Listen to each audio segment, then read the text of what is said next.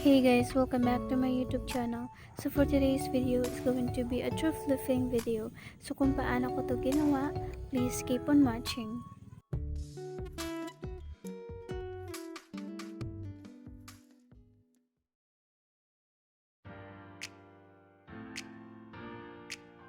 So first, kailangan natin tanggalin yung bulusan nito.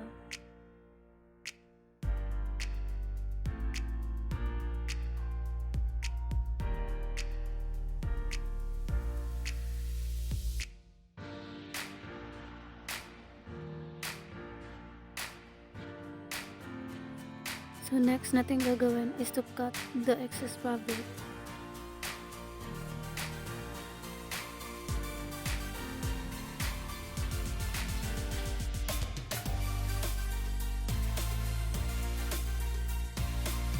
So dito na part is kailangan natin makuha yung desired length na gusto natin for the dress.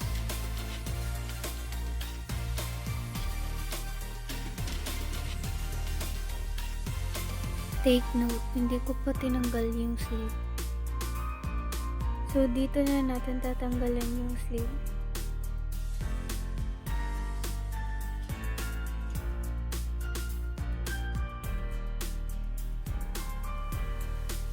So dito kailangan natin gumawa ng panibagong shoulder part. We have to measure 1 and 1/2 inches.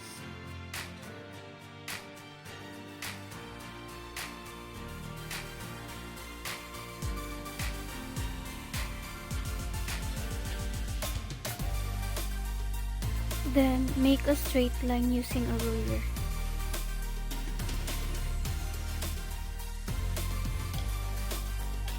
We have to double fold all the edges.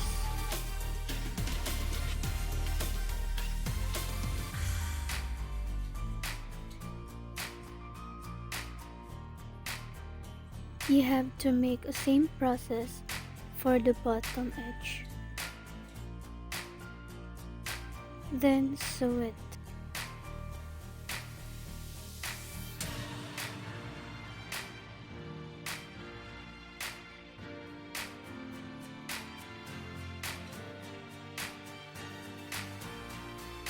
As you guys can see, nahin ko na siya lahat. So yung alternate part is kailangan natin tahiin mula.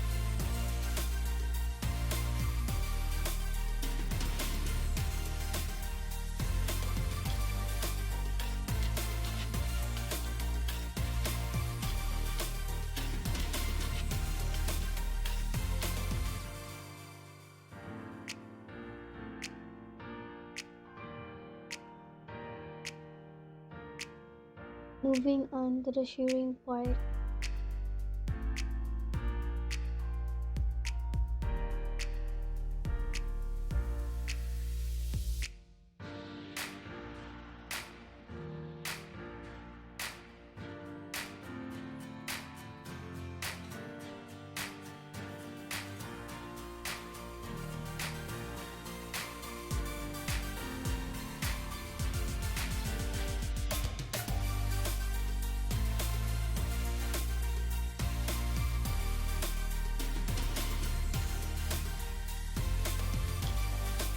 So dito na part is kailangan natin tanggalin yung mga excess fabric ng sleeve.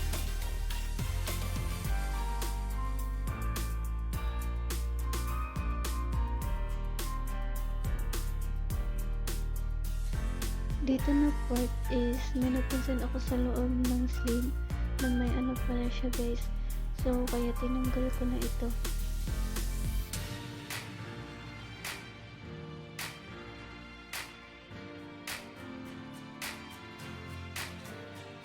For the sleeve, we have to measure 9 inches.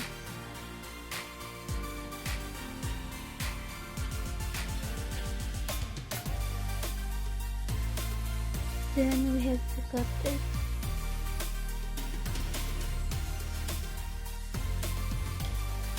In this part, we have to make a tunnel for the elastic to go through.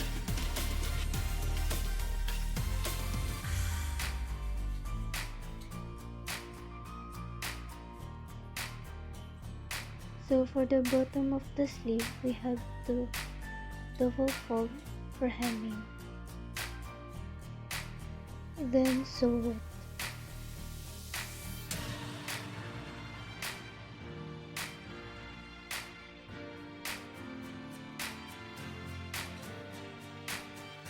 So dito na part is kailangan natin gumawa ng queuing.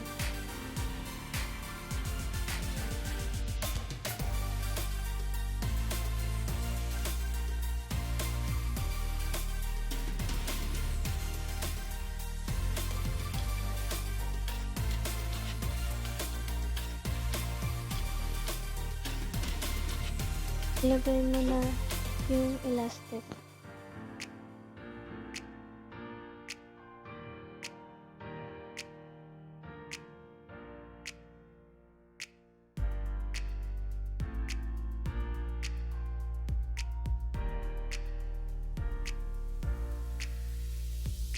Then sew it.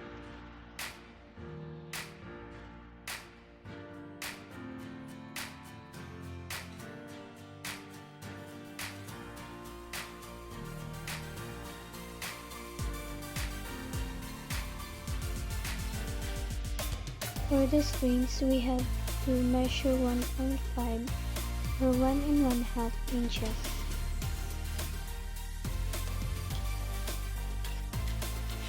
Then cut it.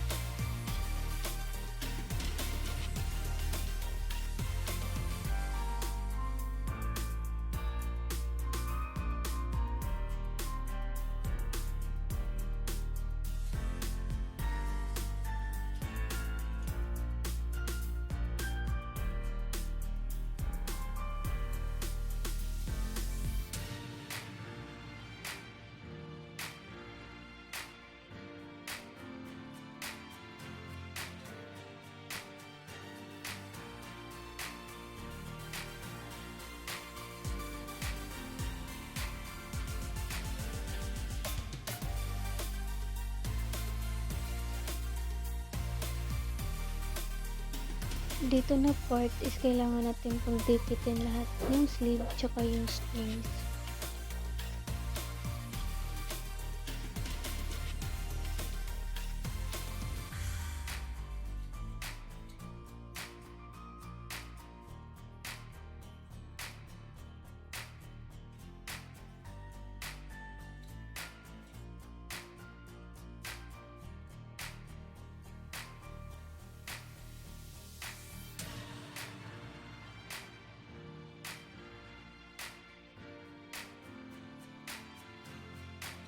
Then, tahiin mo pagkatapos.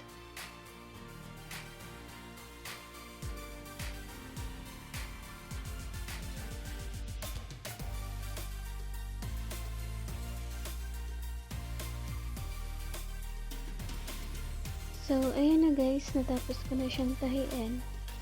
So, we have to move on to the final look of this project.